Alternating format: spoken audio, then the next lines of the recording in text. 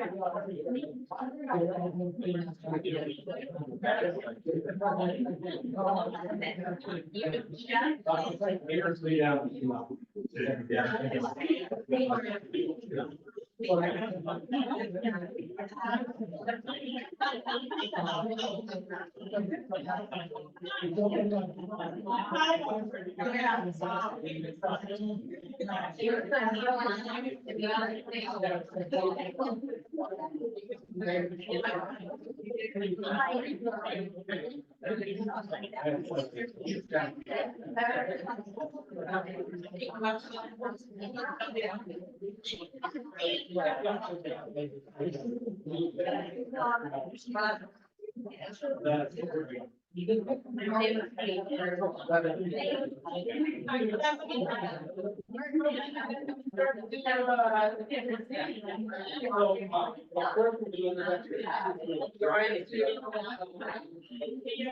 My colleague,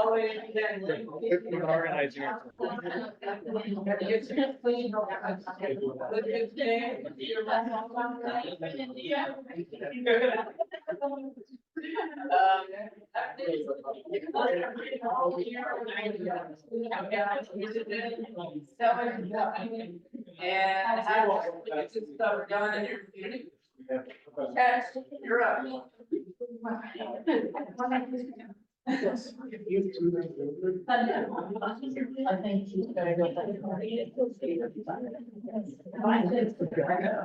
It's gonna be like a little round. Yeah.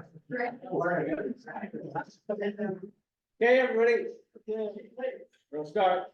Somebody wants to- Oh, good. And we're gonna stand. Feel free to sit down. Well, no, I actually realized I couldn't see everybody sitting up here sometimes from where I was sitting, so that may be true, because if I sit, I can't see. Yeah, we'll see the bar seat next time. But, the owl, I think, can see us if we're over there. It'll find it. So, thank you all for sticking around, staying to the end of the day. And looking forward to, been looking forward to this conversation for a while. Partly because, I don't know, I guess there's the technical stuff we've been talking about mostly today. And then there's maybe more of the art side of things, where we think about all the people that are involved in that the capital plan touches on, that planning touches on, that community finance touches on. And it's something it's always interested me, how you work with all the people in a community and all the different perspectives, and how you get them engaged in kind of the right helpful ways, and sort of try to manage those potentially less helpful maybe kinds of involvements and engagements. And, we've got 3 people with us today who can really speak to some of those challenges. Also, the room is full of people with all kinds of experience and perspectives and questions, and really, really hope that that everybody shares their thoughts, their questions, as we go through this conversation. And also, I want to kind of make sure that, over the course of today, there've been a lot of ideas shared. Everyone's trying to digest all this stuff. I want to be sure that we kind of give room in this next hour or so to for you to kind of surface some of those things that you're kind of trying to digest, so that we can workshop them maybe a little bit together, whether they tie in directly to the kind of community buy-in stuff that we're going to be talking about in terms of sharing the vision and passing the vote, but also, it's fine if we want to take detours here and there. I think we're all okay with that at this point, this sort of to wrap up the day. So today we've got some wonderful folks to share some of their experience and wisdom with us. Kevin Geiger from Two Rivers-Ottauquechee Regional Commission, and Sarah Hadd, who's the town manager in Fairfax, and Matt Lawless, who's the town manager in Shelburne. They each have, some different, as we all do, some different perspective on these things. Kevin has a lot of experience thinking about things from the regional perspective, which is an important perspective, especially when we talk about things like flooding that obviously need a regional lens, but planning in general, obviously that's very helpful. He's also his town moderator, so he knows what the dynamics, the granular detailed dynamics can look like, and how that factors in to the big picture as well. And Sarah has some thoughts to share with us about sort of developing a capital plan incrementally over time, starting sort of maybe small and simple, and maybe and developing it over time, that I'm hoping to that I'm interested in learning about. And Matt is relatively new to Vermont, having spent some time in Virginia, so he has some insight maybe into our peculiarities here in Vermont, things that maybe we can I should keep in mind as we move through our processes. Matt's also at Shelburne. There's a lot going on. There's a lot of some big ticket projects coming up. And sort of one idea, maybe just to sort of finish with one thought before I turn it over, is these 2 things that are sort of topics for this session, sharing the vision and passing the vote, are related. They're not necessarily exactly the same thing, right? There's big picture stuff, community buy-in for capital plan, for general trusted government, and then there's specific votes along the way over the years that unfold in the capital plan that also require attention. Maybe they have different stakeholder engagement needs, but and so be interested to maybe that's an encouragement to sort of think about that nuance, and as we go through this conversation. So thanks, and Kevin, wanna? Sure. Thanks, everybody. So we're gonna do introductions, and then we're gonna kind of do some topic areas and just go through them each and give our thoughts on those. And then plenty of time for questions and answers so that we are out of here on time. Again, I'm Kevin Geiger. I'm the chief planner for the Two Rivers-Ottauquechee Regional Commission. Everybody's here is covered by Regional Planning Commission. Some are in the room. We do those municipal planning grants and all sorts of things for towns, including writing capital budgets. I've been doing this since '90, worked for 84 towns in Vermont, most of them small. So that's where my experience lies somewhat. I have also been an emergency responder, so I'm going to bring a little of that flavor into the conversation because I think it helps.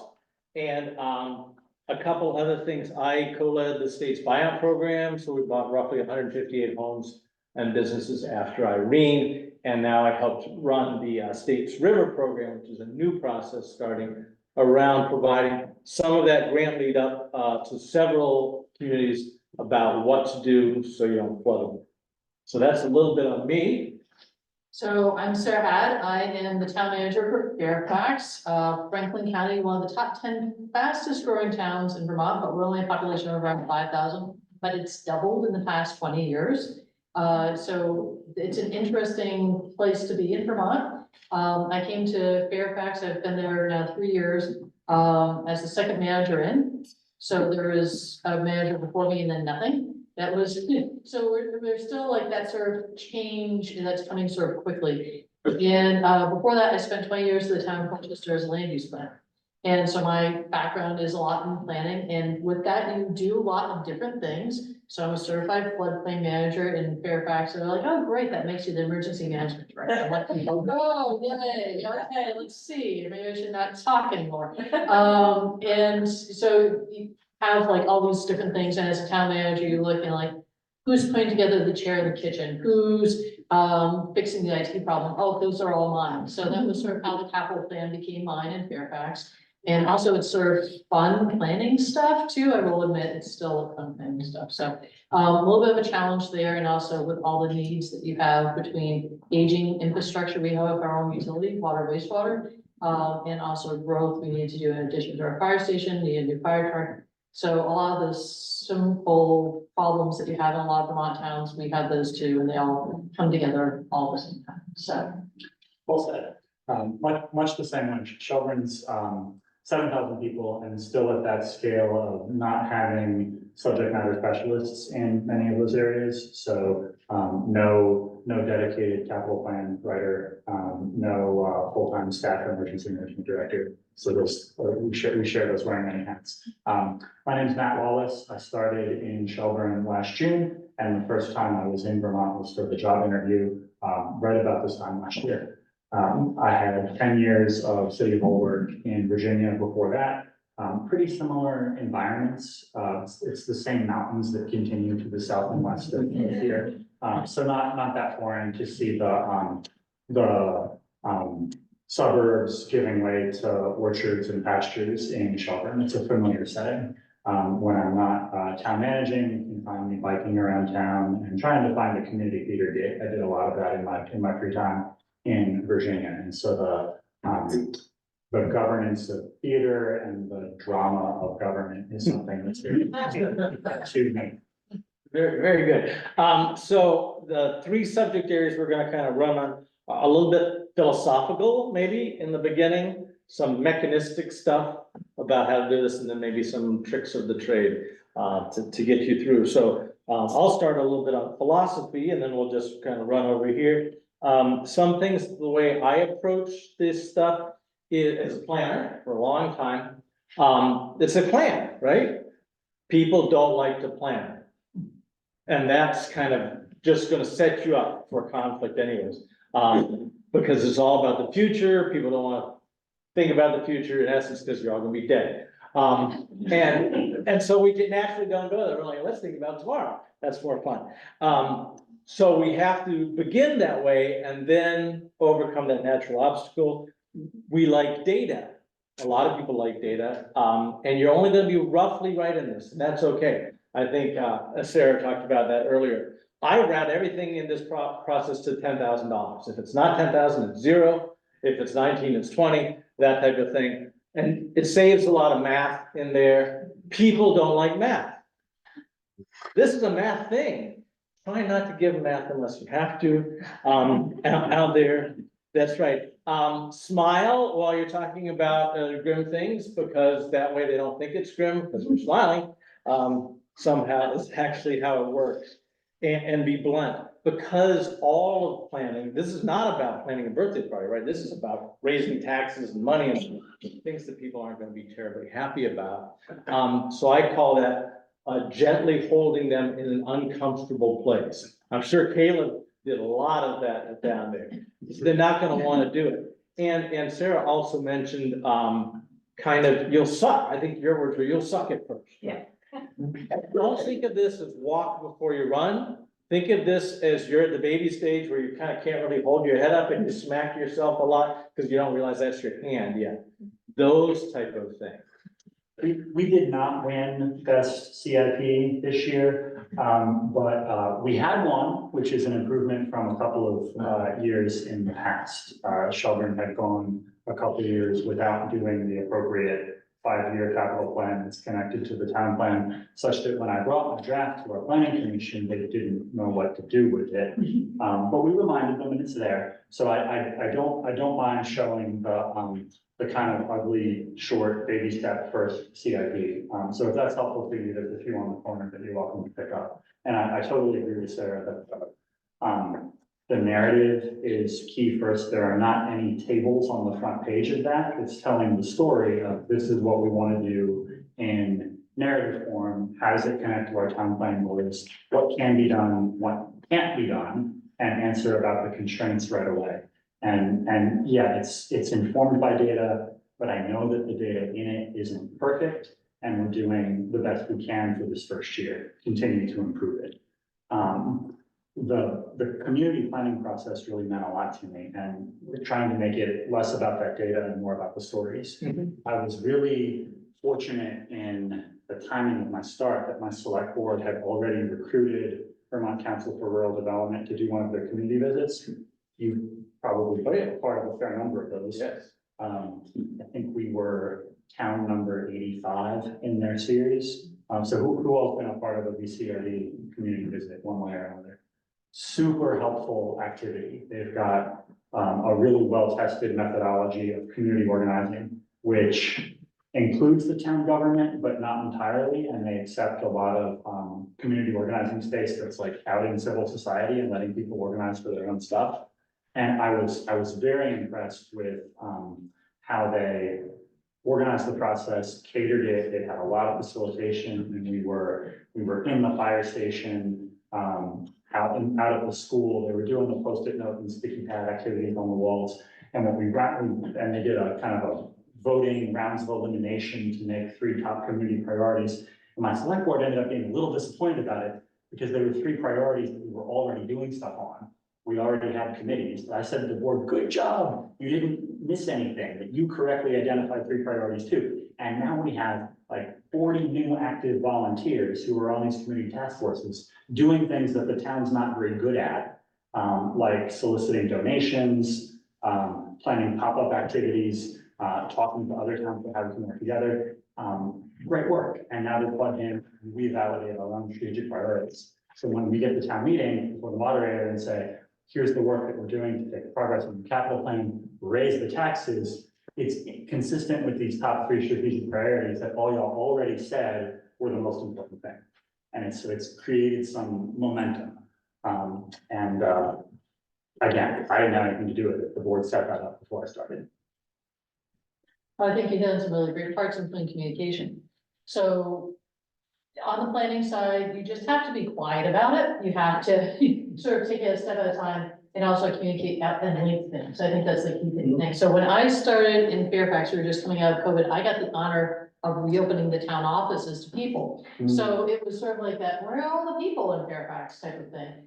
And so I got a little bit of a calm space in it. And in that calm space, I took a look at all of our needs that were coming up because we had a capital plan. It was well beyond the 5 years. It was adopted, as most towns did, over a decade ago for impact fees and then put on a shelf. Which if you're collecting impact fees, you're not supposed to do. And so it is like, all right, talk to the department heads. What are your needs? And they're a combination of new trucks, replacing things, additions, what have you. And it's like, wow, that is a lot. And on the horizon, our school needed a $30 million bond project, which we knew was coming up. And when that Goliath came up, we wouldn't be able to go to the voters with any of our stuff. So it sort of became imperative of, okay, we need to figure out and prioritize some of these needs. And so that's sort of where dusting off the capital plan started for me in Fairfax. And very lucky that I had a staff member that I'm guessing a lot of you have insurance through VLCT. So if you had not. So you have to itemize all of your capital stuff that you're insuring for VLCT. And we just recently switched back to VLCT. We've gone with a private company. And so we had a really updated list of all of our capital equipment. And so that was a great thing to start work from and just start with the easy update of what do we have. And then starting to try and plot out of, you can't buy 4 tandem trucks for the public works storage in 1 year. So let's try and stagger that along with the fire truck. And the fire department actually had a pretty good capital plan to start. And the fire chief at the time had used the COVID time to figure out the addition and sort of actually done a rough draft of it and everything. And so I was like, all right, great, we'll go with that. And so that was our first project and our first go at the capital plan and bringing forward a ballot item and actually showing people the connecting the dots. So we have all these things that are coming, and here's what we're trying to do. We're trying to use this to plan, so we're not giving you the things all at once and prioritize. And so I think that's proven to be, particularly at town meeting, a good thing this year. We've been able to implement since then some capital reserves to help pay for some of these things. I sort of say the capital plan is sort of incrementalism has been sort of like stone soup. And it's a children's book, go to a librarian and ask for stone soup, it's a good book. 2 Revolutionary War soldiers that need to be fed and they have some stones they offer the community. Like, if we put these stones in, it'd be the most fantastic soup in the world. And they sort of like, not necessarily con everybody to putting in different vegetables and the soup tastes really great. That's sort of my capital plan of, I just started with a couple stones and then ask people to add in. And the fire department got behind it. And I had firefighters standing out in front of the poles with like informational stuff about the fire department addition, and they've become great proponents. I think a lot of communities, your fire departments, particularly volunteer fire departments, can be your own bunch people in terms of like having a lot of good information on that front too, so. And now we've moved on to, one is getting replaced this year, and a lot of dialogue around that, and so it's been a good sort of back and forth. There was a lot of discussion about that at town meeting as well. And just a general reserve fund that we can have in terms of the savings account too. So it started that sort of trickle effect too, of having a conversation about not just planning for where our needs are, but how we're going to pay for them. And that's where you can have a dialogue, because you're right, planning can be scary to people, but the lack of planning is a plan to fail. I think Benjamin Franklin said something like that. And so it's sort of like, we need to have a plan, because all these trucks are going to need to be replaced. We have fire trucks over 20 years old. Some of our 4-ride truck should probably not be on the road. There's some things that, it's just, so it's, what are we gonna do and how we're gonna do it, so we don't ask you as the taxpayer to sort of all at once do that, along with the $30 million school bond, which that actually passed on its 3rd try. And, it's, got a vote and then a revote, and then so now the community is sort of like tapping out and saying, wow, we have a lot of things coming at us. And I think that's what the capital plan can offer. And it sort of will end on, I think, where it can always get better is now we're getting into the road projects and figuring out what sort of road projects happen when. And it's been sort of worst ones first. And we're trying to get into, I just was saying with the select board member this morning and saying about paving prioritization. There are actually software programs that will help you prioritize condition of pavement, when to do it, intercept, so you can make your money stretch the farthest. And we're hoping to get to that within the next year. So it's just sort of that smart governance of infrastructure that it's a nice segue into, so. So now I was gonna hit on a couple of mechanisms, and we've talked about that a little bit already, a little bit. I approach whatever I do generally by going back and reading the statutes, all my staff. They know I'm carrying out the statute, like, what's the statute say? What do your rules say? And the statute actually says the planning commission are some of the folks who help start the capital budget. So it's a great body that's not always doing the town plan or the zoning bylaw and stuff and going, wait, you folks can help work on this thing if you need some more bodies in the room. I think the emergency management people are excellent people there for a variety of reasons, amongst which they carry a lot of social clout in most small towns. The planning commission can stand up and wax poetic about whatever, and people are like, yeah, we put you on the planning commission because we didn't want to talk to you. So you're hopefully going over there. The fire chief stands up and says, vote for this thing, sits down. That's the entire speech. You win. That's how town meeting mechanics work. So use those things. Back to data, I think Sarah mentioned like beginning and piling up data there. Not all towns know everything, shocker. So I begin with data. Do you own your town building? Sometimes a question. Sometimes the answer ends up being, we don't actually know. Sometimes the answer is, no, we actually don't own our town hall. So then you go through those processes. Usually they know the trucks. They often don't know who owns the fire truck. Does the fire department own the fire truck or the town own the fire truck? And so you have to go through those things and actually get some data down. One of the biggest things I try to do is connect with the town treasurer first, who does understand if there is something called reserve account in the town report and how much money is in there. They often don't understand if that is actually a reserve account set up under statute. And there was some talk about reserve accounts early in the meeting. Reserve accounts are set up only by town meeting vote and only for specific purposes. And you can only take money out of that for the vote purposes there. Nobody else can do it, but the select board doesn't need permission to buy the fire truck if you put money in the fire truck. They can just be like, buy a fire truck, but they can't go buy a grader with it. Illegal, no can do. So that gives voters a surety when you're putting money into reserve funds that have purposes, that nobody's gonna fool around and do anything with them, there. But, as we talked about, I do some process, I try to get everybody in the room. A big picture, but also a mechanistic issue is it's a little bit like maybe arranging Thanksgiving dinner for wayward relatives. And that they don't all trust each other. In my towns, maybe in your towns, everybody's happy, but maybe the road foreman doesn't talk to the fire chief ever. Even though they always show up on fires together.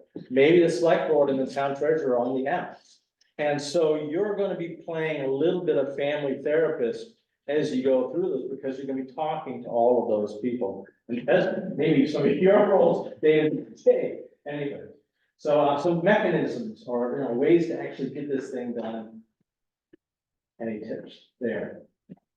The clearer the communication routine, the better, so that it's, you know, not just at town meeting and, maybe you dealt with misinformation of, well, what is it and how did it get this way? So I've set myself, the scheduling routines around a weekly little blog post that goes in a small business association newsletter and on LinkedIn with some little like business adjacent or economic or finance factor, so that it's always there. And maybe I'll compile those into like a year-end review, kind of here's what happened. But it's a touch point that folks are really appreciating, that they can see what I'm thinking about, what's happening in town, and get a little bit of context for what we're doing. There's a different communication item. It's a manager's monthly report. It goes to all staff and up out to the public, front porch forum, and gets an active dialogue. Front and back, lots of pictures, kind of like a newsletter format of here's what's happening in our organization. At budget time, that pivots to have more tables in it and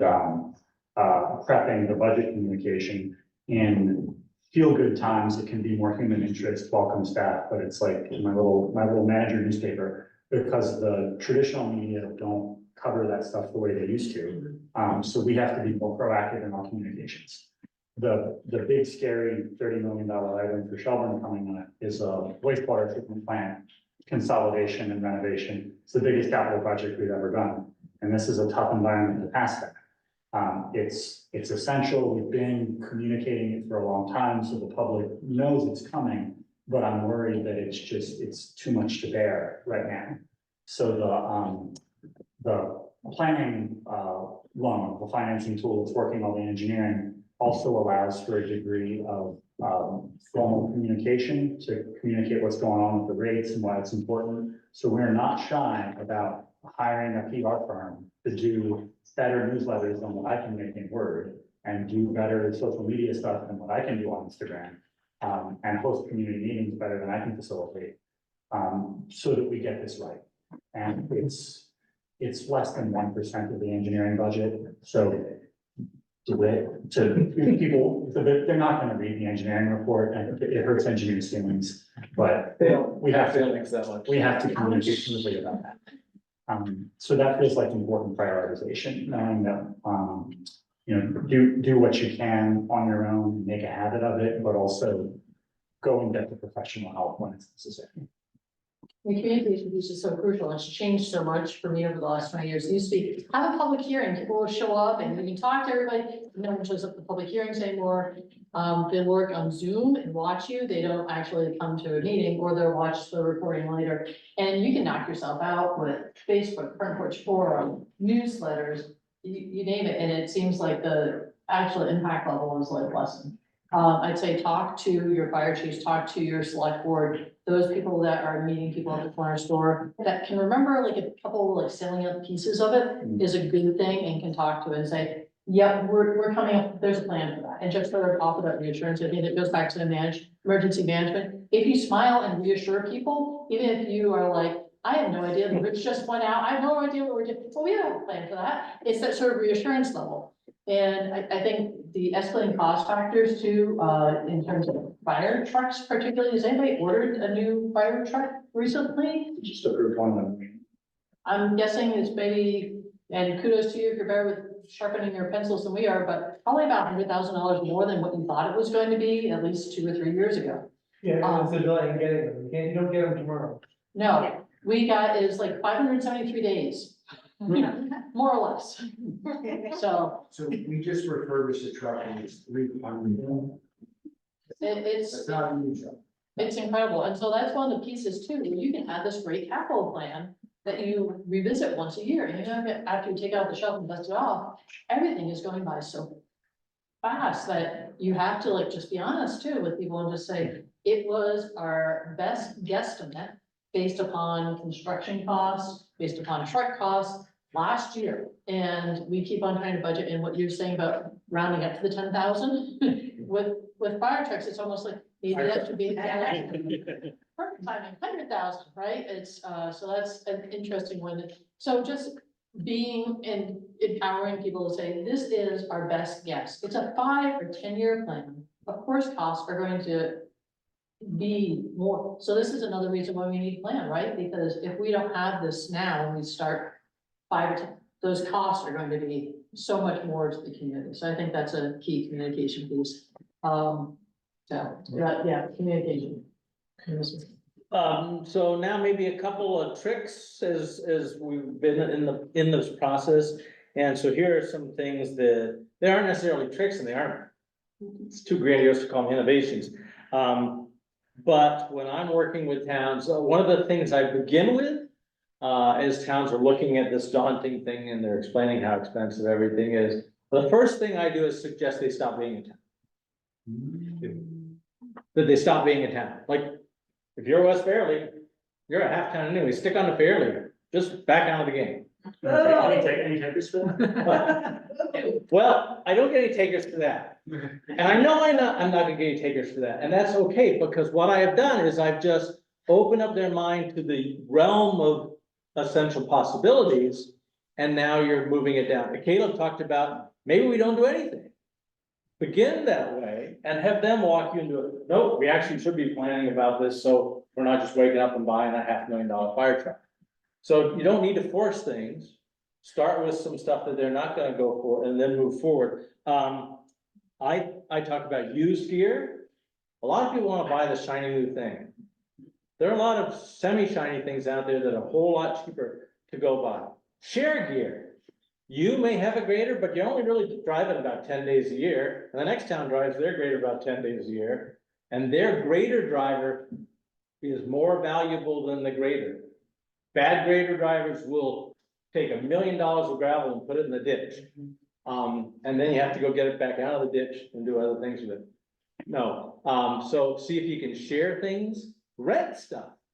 Sometimes you only need it a little bit. Maybe you don't need it all the time. Maybe you can rent it. Buy smaller stuff. Our town road crews oftentimes maybe should be driving 550 Fords instead of 14-yard dump trucks plowing that 3 inches of snow. It's cheaper, easier to drive, costs less to run the thing down the road, and it's way easier on your roadway. Same thing with fire trucks. I know we like big fire trucks. I've driven big fire trucks. It's fun. But buy the Ford. Everybody can drive a brush truck. If you can't put it out with your brush truck when you get there, it's probably never gonna get put out. The flames are coming out the window. It doesn't matter what you arrive with, that fire is not going out. You're gonna save the next building, but you're not putting out that fire. And so again, maybe you're looking at 200,000 or 170 for a heavy duty pickup. You're not looking at $500,000, and everybody can drive it and it can go on all the roads and it doesn't fall through the crappy bridges. Those things are important. So those are some of my tricks. I'm glad you're there too. And witness the commitment, so it wasn't just said to me. The fire truck that we're gonna buy next, my chief told me, is gonna be smaller than the one we have now. He Came up with that one. Good, excellent. right, because they always seem to get bigger and they need a bigger station and off it goes. But in other parts of the world, you see tiny cute little fire engines. We can do this. And so that your emergency management needs connect to your subdivision standards and your zoning updates, and these pieces are there together. Trying to connect those when you have planning time. But the innovative, easy tip and trick for me is make sure that you're using all of the available revenue sources. This is Shelburne's first year using local option tax. And I understand Shelburne has a little bit of a perception as a tourism place, right? People come there to visit things and spend money, but we weren't taxing it back. I think maybe might get easier in the state to do the opt-in, which you maybe don't have to go to the state legislature to get this power. That would be nice. But it wasn't so bad for us. And there was a really impressive community effort to organize and plan and show what the impact would be. Yes, there would be something locals would pay when they shop local and bought it. But if you went anywhere else nearby, I mean, Williston already has it, so why give them nothing? And our finance committee, Don Porter chairing, was real active on communicating what the benefit of that local option tax was. So now we've broadened our revenue pie, and the value of the lot this year was worth 6 cents on the real estate tax rate. And I was able to show if we didn't have the lot, the tax rate would be this much higher. So it has a very clear benefit. Just use all the available tools. Is my innovation. So I'll build on that a little bit and sort of bridge the gap between the two. Just because you've always had it doesn't mean that you need it. So I went through and there was a bunch of old equipment that we sold. We actually put it out for bid and people could come and buy it. And if we weren't using it, we got rid of it. And that sort of helped once we started on to but don't worry, we're going to make sure that the equipment that we have and we need gets updated and there's a replacement schedule for it. And I think it goes to like, you were saying greater art grade gets used all the time, chloride truck doesn't. We need a new chloride truck, maybe we can be innovative and recycle one of our tandems to use as a chloride truck when we need it, so that's sort of adapting your equipment too. And then I think in terms of, we don't have much for commercial development, we're sort of a growing bedroom community. So a lot might be nice, but probably won't do for us what it's done for you, but we are growing, so impact fees. If you have an updated capital plan, do the impact fees. There are a few consultants out there, regional planning commissions can help with them too.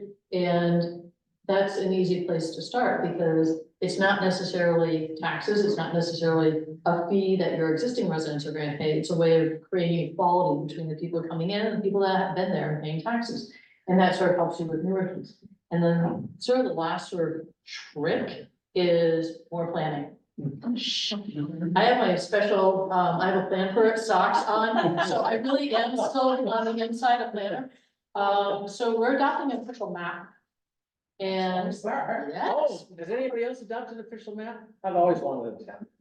does anybody have an official map? Hey, kudos. See, that's not a map. That's not a map of your roads right now. We should do Stop the going AOC. to ask. This is like, what roads are you actually gonna build? Now you can't build there because I'm not building. So, absolutely, and like, for instance, parks. I was talking to select board members today too about parks and that we're growing and we need to have more parks. And where are we gonna have parks? It's like, the planning commission is working on that. They're identifying the sort of larger conceptual where you want to have things in the future, whether they're roads or parks, and then as development happens, you can ask for some of those dedications to happen as part of it. And if you have the impact fee money set aside to sort of help pay for those things. So it's sort of like, that's sort of connecting the dots. And if you start with identifying what you have, what you need, where you need to go and how you're going to pay for it, you can take that and build upon it. And I'm excited about the official map. And you're right, Kevin, it's in the statute, so it's a good way to read it, of like, well, here's all my powers, and getting new ones is so hard with this mother and dad relationship in a donor state, that well, use the ones you got, and so look at that, well, if we're not using this, like, need a good reason why. That's, I'm so excited. As a planner, I'm always, this is time to do that. mainly because my towns don't grow. They're like, we got the roads we're gonna have. But there are a couple places where I would love a town to do that, to interconnect things in a village. To kind of round us out a little bit and think of all the questions, because I'm gonna call on you by shirt color in a minute, which is making you wonder right now, what's my shirt color got to do with it, which is why I said that. Don't do it all at once. Woodstock just had their school bond. Well, the school is more than Woodstock, but Woodstock's the big town. They had 100 million, 99 million, for the school. That bond vote failed.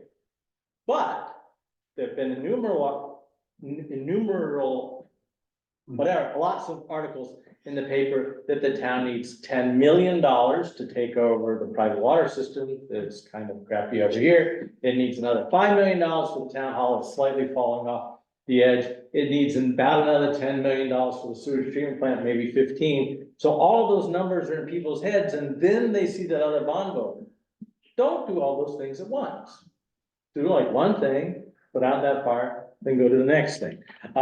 Is one thing I would say. Slightly underfund. I find that when I'm building capital budgets for small towns, there is a fear among the electorate that if we give the select board or the town manager or whoever's in charge all the money in their hot little hands, they'll just be crazy with it. So I intentionally build capital budgets a little underneath, so that there's an appropriation line item, so they have to come back to the voters and get that last $100 grand maybe for the fire truck. But they're not getting 500,000 or $1 million for the new fire truck. Because towers are $1 million plus, I'm sure. They're probably 1.3 if you get in a tower right now. And I will end on fire trucks, because I use fire trucks a lot when I talk, because we understand fire trucks. And I'll bring it back to river. So this is for Jacob and stuff. For the communities that have flood risk, which is a lot of communities and a lot of flood risk, we are used to fire departments. We're used to spending enormous amounts of money on those equipments for things that rarely happen. Your house rarely burns down, but we understand the risk. We feel that risk in our gut much more than we feel climate change or increasing precipitation curves or whatever those things may be out there. You need a flood department like you have a fire department. That is the message for Barry. There needs to be a person sitting over there, actually a crew sitting over there with equipment every day that costs millions of dollars a year to maintain in towns like Montpelier and Barry, because that is the level of actual risk out there. It's the level today, and it certainly is the level coming tomorrow, because this flood we saw last year and Irene, those are every 10-year storms. Those are not the biggie out there. And we have to remember that. That is the trailer for the movie, not the movie that's in production. So as dark as that seems, that's where you need to be. And that's to me also why I like the emergency crews, because emergency crews are kind of funny with dark subjects, if you ever deal with, especially EMS providers. And so they can handle that, but that's their world. Their world is what is unlikely to happen that's gonna mess me up. And they come with that mindset. And so again, I try to use them whenever I can to come into these processes. Yeah, and so I think sort of building off of that is, so we have our capital plan set of like everything that we're gonna be doing for the next 5 years.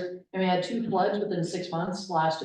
We are the only Franklin County town that we're along the Lamoille River, so we got hit in July and also in December. And it hit roads that we were not planning on touching. And, the sort of good thing about, where we've gotten to in the past couple of years is with a capital plan, also in terms of communicating out and who the stakeholders are your grant sources. And letting people know, because there are so many people, we got an AFG grant for firefighters, we placed all our Fairfax, $200,000 plus grant, which is great. So when people see that, oh, you have a plan, but this is priority for you, you can get funding in other areas. And so what we were able to do with some of the other grants that we've gotten was sort of move things around in that sort of shelving. And we also were able to get some monies to help with some of the flood damage too. So it's been, we are still on track with our capital plan. We've been able to leverage with grants and by talking to other people. I think when people see that you have a plan, they're very willing to be supportive or put you in touch with people that can get you to those grant sources and sort of stretching the dollars as long as you can, because you will have your plan, but then you will have the unforeseen circumstances. I lost part of a road.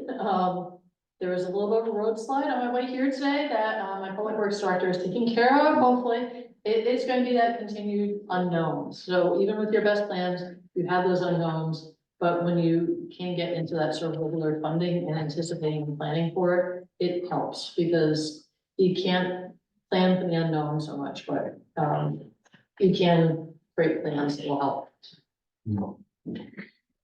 Last word, Matt. And then questions, please. Yeah, the 250 towns thing really does strike me. Being new here, I can't help but mention, it's beautiful at town meeting when you see these little laboratories of democratic decision making, but boy, is it inefficient when you do service delivery. And we're seeing that conversation in schools now in a really heartfelt way. And it applies for a lot of municipal services too. We take it for granted, the examples in Vermont where we're doing it well, like our Green Mountain Transit System in Chittenden County. Shelburne pays $115,000 for a really good bus system, and it's a bargain. So I beat that drum and recognize their success. And so that's where I'm starting, because that's not controversial. We have it good, we like it, we're keeping it the same. And so I'm carefully looking around for like, what's the next best service to do that kind of thing with? Because they deliver really well, it's not controversial, off we go. I don't think I'm ever gonna use the word that rhymes with urge. But figuring out partnerships and shared service delivery and how we can, as you say, rent or borrow, cooperate, contract, and do this stuff together, because 250 road crews is crazy. Well, and what's even more crazy, because there's a lot of having a plow driver that knows a particular route, that knows that corner ices before that end is really important. Yes. However, having 250 road foremen order the same tires and the same salt from the same depot doesn't make sense. And so I think there's a lot of administrative stuff that we could cut down on costs and show some money savings without, making it so it's not Jimmy driving by in the truck. In my town, it's Jimmy on that. Yeah, I do like it. Yeah, everybody does like Jimmy. And Jimmy doesn't want to do a lot of math anyways, trust me. He doesn't. Okay, questions, comments, stories from hell? Okay. What was each one of yours favorite takeaway from today? What was an observation that you were either surprised by or kind of particularly? Such a good impression of Hoboken, I'm gonna go. That's not wrong. My takeaway from today is Hoboken is 1/10 of the Vermont's population, so we should be thinking of all of his numbers by 10 times 10. I was detained and just came in towards the end, but I think that my overall is, it's odd to me that this is only the 3rd annual, and why haven't we been doing this longer? And maybe next year I can hear for all of it, but no, it's a lot of great topic. Yeah, I wanted to share another tactical. Oh, wait. Oh, sorry. Did you? Okay, Matt was wanting up. I don't know if you're all aware, but I think the 5th largest source of revenue in the state budget this year is interest earnings. And so if you haven't looked at your treasury management, recently, particularly with the capital reserve fund, you have a capital plan, you're going to know when you need those dollars. They don't need to be liquid if you don't need them. And so stretching out duration, making sure you're earning even just money market rates is a great way to juice the dollars available. Yes. When you were talking about, like, you boiled down to 3 priorities, I think you said for your town. When you're thinking about priorities in terms of, we need a new fire truck in the next 3 years or whatever the time frame is, versus we need to do X to beautify the town to bring more tourists here, which is not urgent. How do you make sure you don't only do the urgents and are thinking forward too? When you're thinking about prioritizing. That capacity is tough, especially in small places where you just can't manage a bunch of projects at the same time. So I see trying to routinize the lower priority stuff so that it doesn't have to take up a lot of like new project time. Even in our high priority stuff, one of those top three areas was bike and pedestrian connections. And so it went from community organizing, everybody said they wanted it, it got really good legitimacy. It already had an official town committee that helped our planners. We got a new community group. They made a strategic plan. It's got a map, which isn't an official map, but I want to add it to that. It's an unofficial map. And they unofficially costed it at $17 million. But we put it in the CIP and we can do those projects one at a time. So they're laid out and now we have pretty good authorization that we're going to chip away at these and fill in this map. And so it's taken away the criticality of it somewhat. People can manage it. And now there's room for something else to be more complicated decision making because we've kind of locked in this bike thing. Try to make it business as usual, so it's not a controversial decision every time. You can also put at the end of the CIP, the things that are unfunded, they're on the horizon. And if you find funding sources, you can do them. And, you know, if you have somebody from your historical society that's a grant writer that wants to come in and do something about beautification of the streetscape in the village or something like that, tell them to go for it. It's about capacity, but if you have those local volunteers that are willing to help. I put that on the front page of my capital plan. We do kind of want a new public safety building. And so we can't afford it within the time frame that I'm looking at. I don't know where that's coming from, but I acknowledge it as a problem. And if anybody wants to endow a Shelburne public safety building, call me. Sorry, Swan's here as well. Yeah, got that. You had a question and then what? Yeah, just if either of you have any strategy takeaways about getting, so you mentioned a lot of people show up to public hearings, there's a lot of characters, a lot of history, a lot of stuff. A lot of times you are doing a great job of facilitating a particular meeting, but the right people aren't there because of some unknown factor that you didn't even know about. So I have a question about pre-recruitment or like recruitment or sort of re-networking to figure out how to get the right people in the room that are stakeholders that might derail a process later on or a project. What do you think about there? I think you run into it with any planning process, that type of thing about kind of who's going to torpedo this and when. Because nobody wants to go to meetings. And so if you only have one bullet as the opposition, you're like, I don't need to go to all your planning meetings. I just need to show up at the end and yell about it with the bullet. And the select board goes, opposition, and votes the thing down. So it's very efficient use of resources if you're the opposition. So that's what they're gonna do. Don't be surprised. I think what you wanna do is you wanna do the community organizing part, which we often don't do as officials very well and gone. I think we're gonna get 2 mad people. I want 4 happy people. That's all it takes at most small towns. There's like 4 people to go, keep going, you're doing a good job. And we go back to knitting. And then you win. That's true. The joke in town manager training is that all of the math we need is how to count up to the majority of our governing body, in my case 3. And finance can do the rest. The example, or your quote in Hoboken was, don't allow common points of dissatisfaction. When people agree about something that they're mad on. And John Albanian in Kansas talked about multiple veto points, that getting that consensus is really hard, but yes, torpedoing at the end is pretty easy. So the activity of stakeholder mapping, thinking well in advance, who are all of the possible interest groups who might mobilize on this? How are they connected to each other? What do they want and what do they hate? And what does it take for them to be okay? And if you don't know, ask them, and maybe keep the diagram secret. But it needs to be anticipated because, yeah, you've seen it happen enough at town meetings, exactly that. Oh, I didn't think to talk to that guy, and now it's over. And don't give them ammo. The 100 million bond vote in Woodstock, you know, they kept showing up in meetings with diagrams that weren't their latest diagram. And you said, well, that thing isn't there anymore. They're like, oh yeah, that's not there. Don't go to $100 million bond vote with the wrong picture. Like, you're just shooting yourself in the foot. There's somebody in the back who had a question. Yes. for town of Woodstock, so. Woodstock. Thank you for highlighting all the projects. I left out a couple just to keep it Yeah, well, upbeat.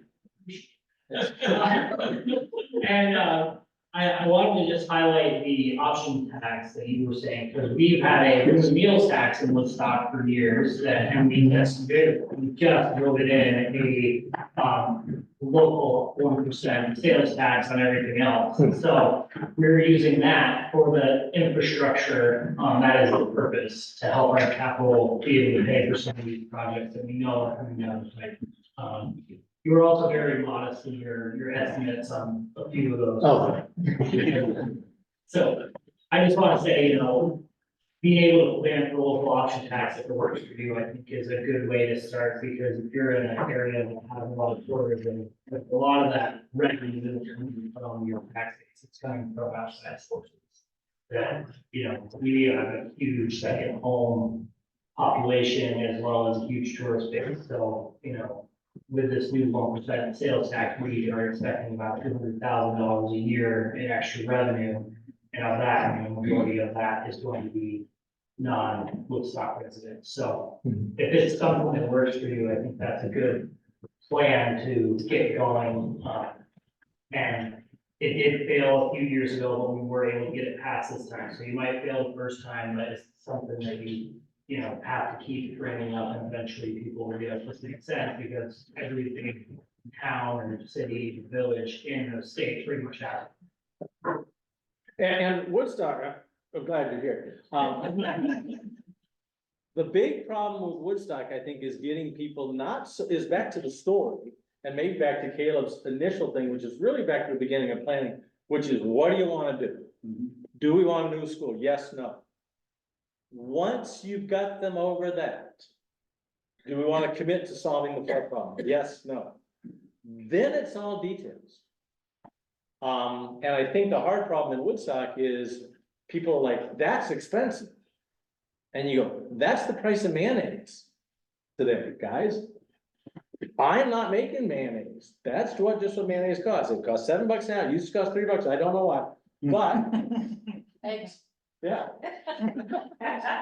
And then once you get people accustomed to that, like, well, do you want the thing or not? Then I think eventually they're gonna be like, yeah, that's just what it's gonna be. And so the timing of this event is, I have more to say at this for next week, because Saturday is my select board strategic planning retreat. To their credit, they have a pretty good tradition of doing this annually and setting priorities for the year and thinking ahead.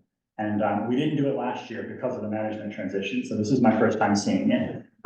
Professionally facilitated public meeting, but in a fairly private place. They're using the back conference room of Fiddlehead Brewing for this, so it should be it's like a comfortable place with a keg in the corner. We're gonna make some good decisions. And come out of it with a prioritized project list. Here's what's important for the next year. So when I modify the capital plan and bring a budget, I can say, and this is what we decided was important, right? We're doing those things.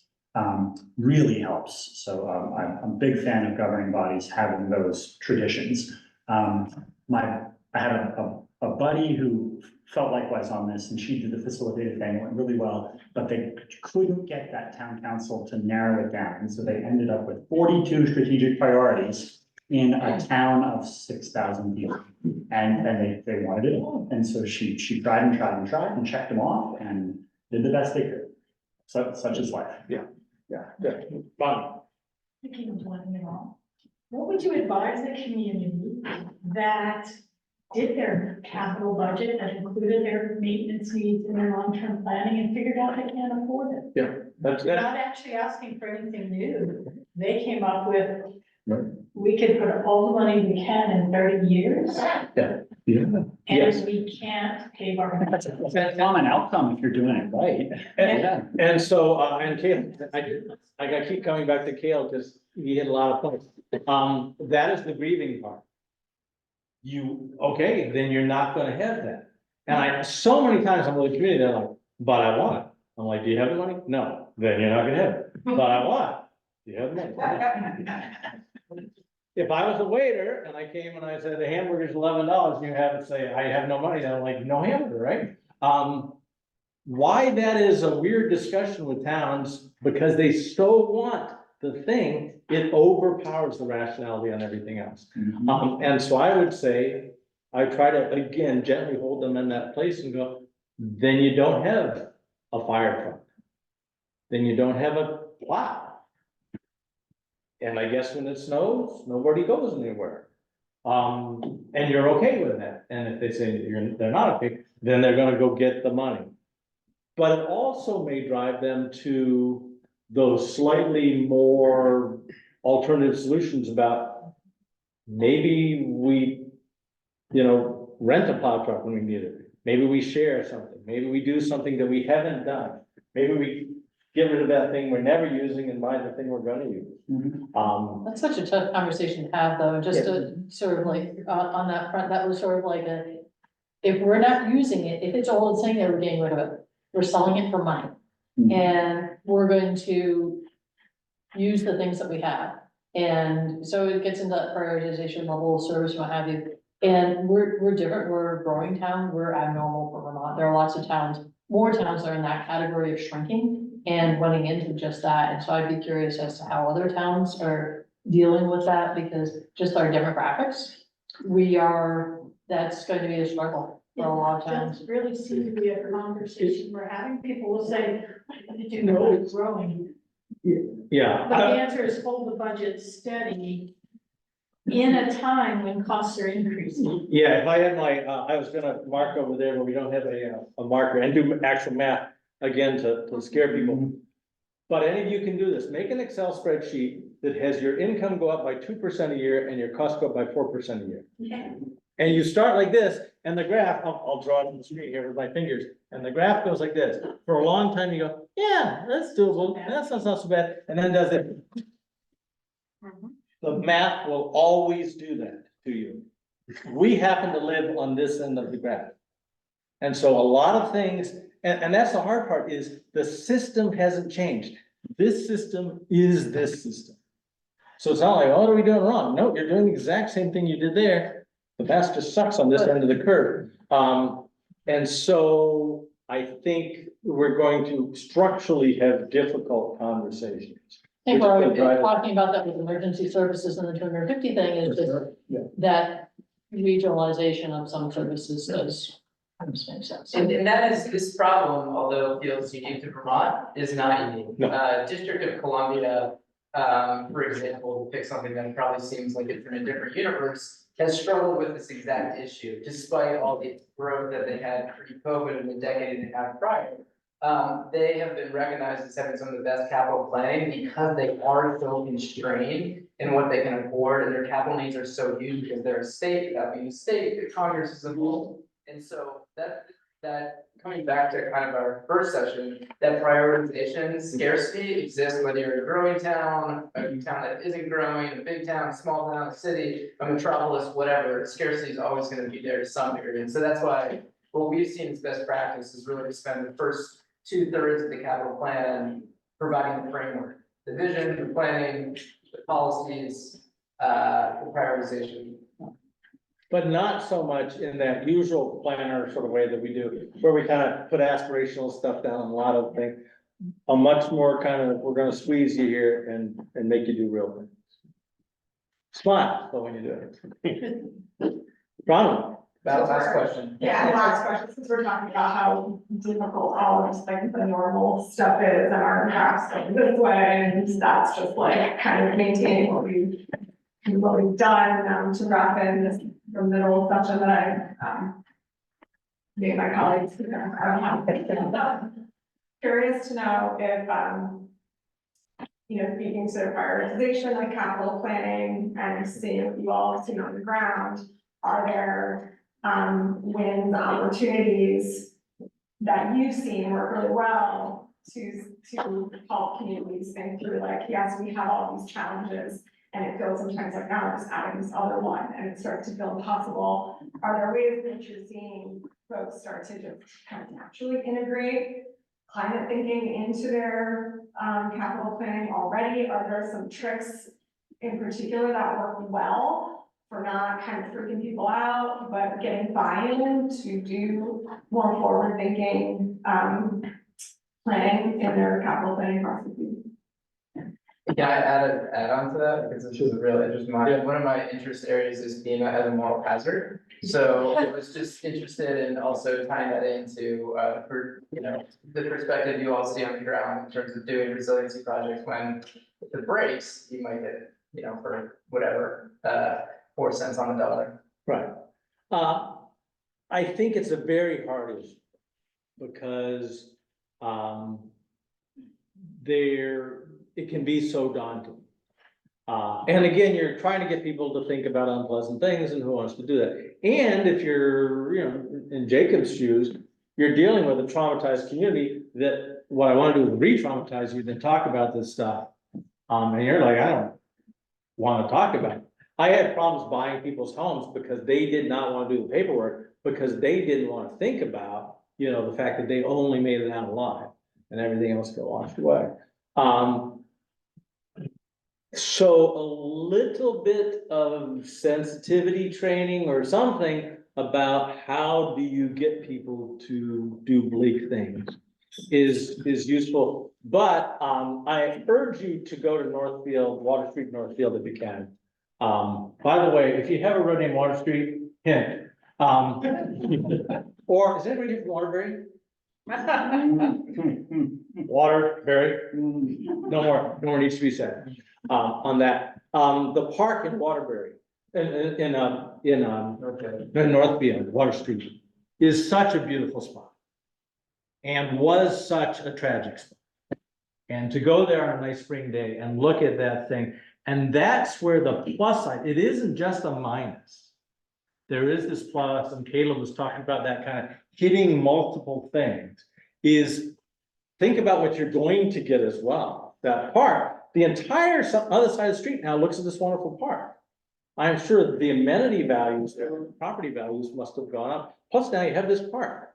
And so there are wins out there that might have looked like, that certainly looked like losses after Irene. But now are pretty nice. And so I think that there are places like that. I think it needs to be not just in the capital plan, but integrated throughout. I was in Colchester for the 2011 lake flood. It was before Irene. Everybody's like, oh, it's Irene. No, it was the lake flood historic levels. And at that point, Colchester chose to become a CRS community. Rebecca Pfeiffer talked us into it. She's like, why not? You could get like better flood insurance rates, and you guys are already doing some proactive stuff. And so it's that sort of starting small with different things again. And that goes into recognizing that it's going to flood again, what you're going to do, and have that sort of span into some of your land use planning, some of your emergency management planning, and then also being proactive in terms of your repetitive loss properties and trying to get at those, whether it's flood proofing, buying out, what have you. And so I think that needs to be pervasive throughout all of your planning, not just land use or capital planning, but also emergency management, your hazard mitigation plan. There are so many different tools to pull together. And I feel like we do a really good job in communities of having all the plans on the shelf. And they all go up right next to each other and they don't talk to each other. And so that's the thing too, where what I've heard today too is strategic planning, where it's sort of like you step outside of those traditional plans and you say, what does our community want to be? Where do you want to go? And that sort of community building in it. We did in Colchester as the heritage plan. I think Burlington did legacy. It sounds like very similar to the Vermont Council on Rural Development community visits. Have those sort of conversations. I think we should be having them more often about where we're going to go, and don't make them scary, but make them sort of that positive about the future and how do we tackle all these things and feed them. That's the key thing I think with VCRD is that they bring food in and they feed them, and then you get people ice cream. And as much as you might not think it listening to me, I actually am pretty much an optimist. I've been an optimist a long time now. Because under all options, there's beer and dancing. Remember that. Do we do that now? Is that how we end? Well, he's got the cake. Great way to end. Thank you so much for our panelists.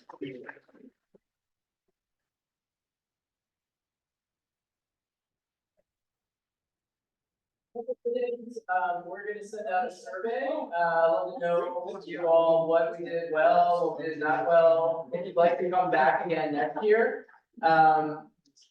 I think we're gonna do it again next year, so it'll be around this time next year, probably the third week in April, we keep running into conflicts with the schools on the second week of April. And then final thing is, I think like, we're gonna sort of summarize what we heard today, it's like, basically keep it fun. So home can be epic fun by building parks, under which with massive amounts of really expensive infrastructure. Dog River Park. Yeah. Dog River Park is another great example. So we gotta think about ways to keep it fun while we're doing really expensive stuff. So thanks everyone for joining, safe travels.